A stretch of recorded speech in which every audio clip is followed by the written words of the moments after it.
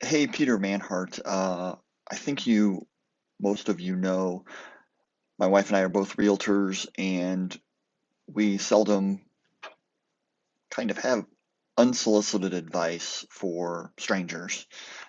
As we get older, we realize, as far as unsolicited advice, there's a ton of it out there, social media, all that.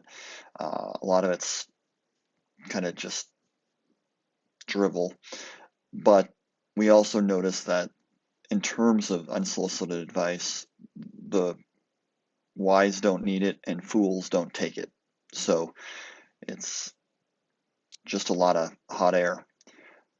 But on this topic in particular, we wanted to send a message to our clients and friends and everyone about what's happening more and more in real estate, and that is real estate investors buying homes prior to the market at a fraction of what they're worth. And I know that's been happening since the beginning of time, but in a market like this, we just closed a home roughly. We were contacted by a neighbor saying, "Hey, can you just, this lady, she's about to sell her house to her landscaper who's an investor, and we thought you could come in and just see if she's getting a good deal." And we went in and she was getting a horrible deal. He was offering 170 on a home we sold. He offered, cash 10-day close. We sold it in 3 weeks cash, multiple offers for 250.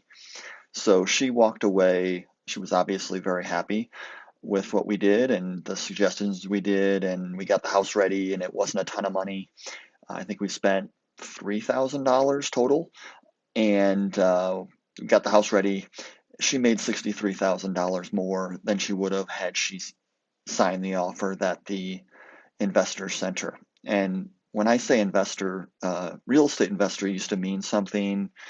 I think today it means like the guy down the street or your lawn care guy or a real estate investment trust or a realtor.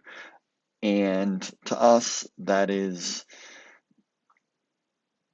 we don't know that it's in the seller's best interest to field solicitations from strangers who say their house is special. Um, your house is special to you. It's not special to an investor. It's not special to a realtor who walks in and says, "This is what the house is worth," and strangely, it fits right in my portfolio, which is ridiculous. And that equity that sometimes, I mean, this woman had lived there decades.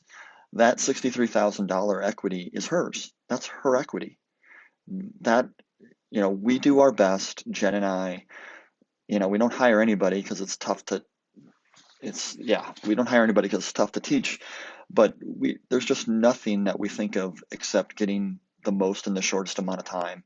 And remember, these investors, I use that term loosely, they have to buy your house for less to sell it or to flip it or to rent it or whatever. They have to sell it, they have to buy it for less, and they have to talk you into it so that you don't go to the market because they don't want to compete. I mean, it's a whole lot easier to get a great deal when you don't compete with anyone, but you can't call it market price unless you go to the market. We suggest you go to the market. We always will. Some of our sellers, one reason or the other, they don't go to the market and they sell it before the market. But what I will tell you is we're always going to suggest going to the market first.